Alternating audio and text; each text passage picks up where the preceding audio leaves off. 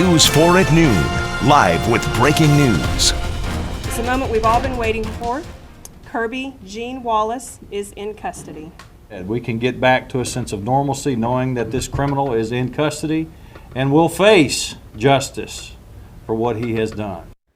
We've been waiting a week for this. Now, breaking news. Accused killer Kirby Wallace is now in custody. Crews searched Montgomery and Stewart counties and ultimately pulled him out of the woods on Rivers Bend Road by Wildcat Creek Road.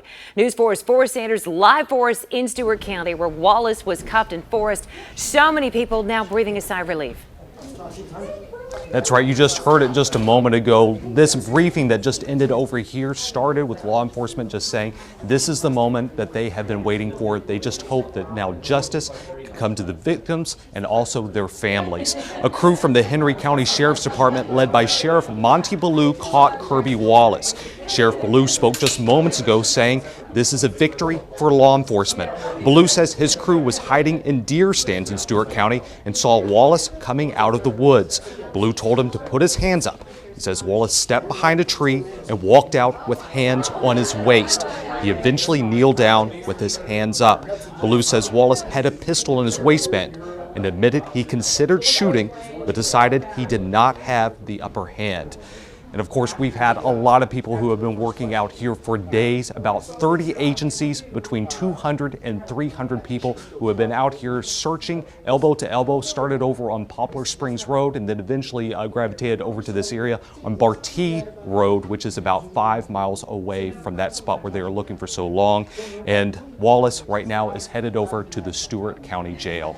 In Indian Mound, I'm Forrest Sanders, News 4. Massive manhunt taking 7 days, but wow, finally in custody. Huge breaking news for you this afternoon.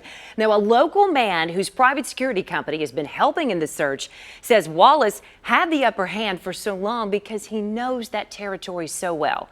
Luke Williams told News 4 this morning that Wallace has spent a lot of time on foot and on bike in that area. He says it's an area full of thorns and bristles and an area that hunters would know well. And there's a whole lot of places to hide. People don't realize that there's hunting blinds and tree stands and everything else. And realistically, at the end of the day, there's a lot of land here that they just don't know. That's Luke Williams right there, whose private security team has been helping in this search. Hundreds of officers, deputies, 30 agencies at least, all involved in this manhunt. Here's the timeline of events. We begin May 2nd. That's when Wallace is accused of tying up a woman. Then May 4th, he's arrested for home invasion. June 6th, the home invasion victim dies. September 22nd, more recently, he ties up a couple in Indian Mound, steals their car, and then sets their home on fire. Then a deadly carjacking on October 1st. That was Monday. And today, best of all, Wallace now captured. We will watch the developments closely. We're going to bring you all the updates live on the air and on the News 4 app. Just search WSMV. We will keep you posted. But again, this wanted fugitive finally captured this morning.